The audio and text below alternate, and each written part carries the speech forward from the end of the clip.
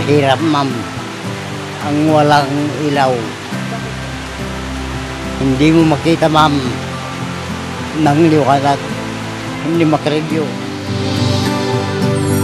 Sana mabigyang pansin na po yung lugar namin dito kasi lalong-lalo na po sa aming mga estudyante. Sobrang hirap po mag-aral ng walang sariling kuryente.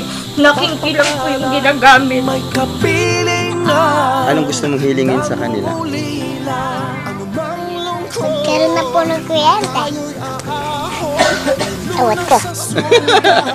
Nang kahapon sa isa't isa'y mayroong paglingap, mga pangarap ay muling magaganap. Muli pang sasaya ang kwento ng Pasko, kahit ano pa man ay may daramay sa'yo. Ngayong Kapaskuhan, ang pangako ko Sa puso ko'y magkasama tayo sa isang Pasko. Sa tagal namin na ginagamit itong gaserito, 3 taon, hindi ko makakalimutan hanggat nabubuhay pa kayo, nabubuhay pa kami. Hindi ko rin po kayo makakalimutan. Kasi kayo ang nagbigay ng liwanag namin. Sobrang po nagpapasalamat ako sa lahat po ng tumulong. At least ngayon mas komportable na po ako makapag-review. Sa ating himig, Masayang-masaya po. Maganda na po yung Pasko namin ngayon. Salamat po.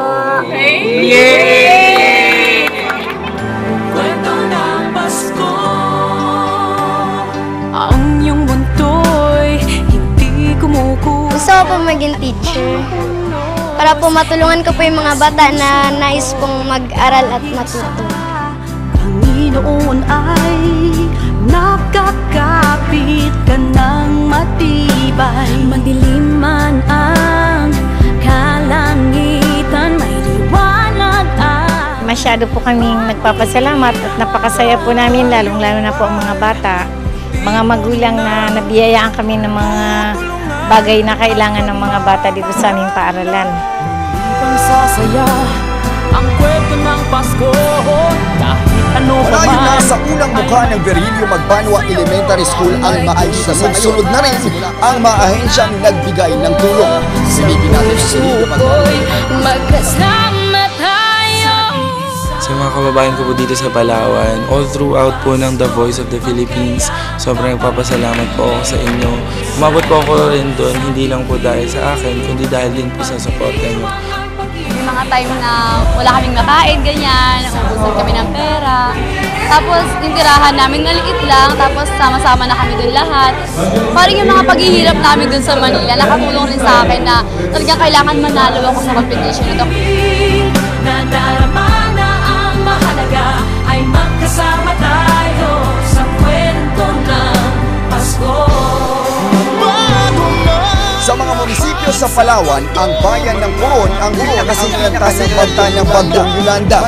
Mahigit 11,000 pamilya ang apektado. Hirap isipin ba?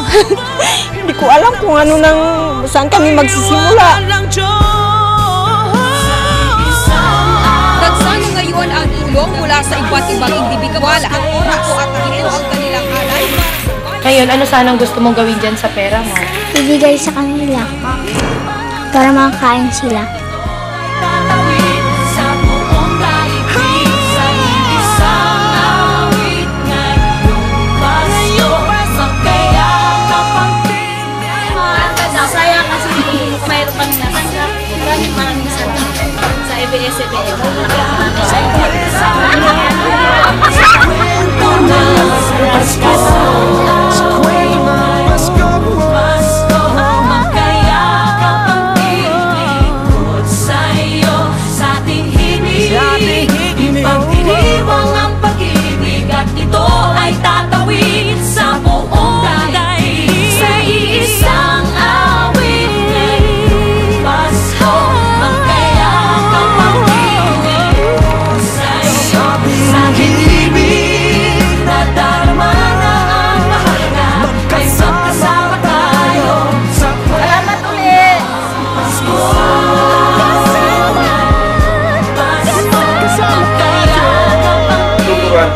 Kuya Benjo kung paano gumawa nitong mga mud pots na sabi nga natin ay malaki may tutulong upang maalis ang amoy at linisin yung tubig lalo na sa mga kanal natin at pagpunto sa mga tabing dagat. At ayun na rin po yung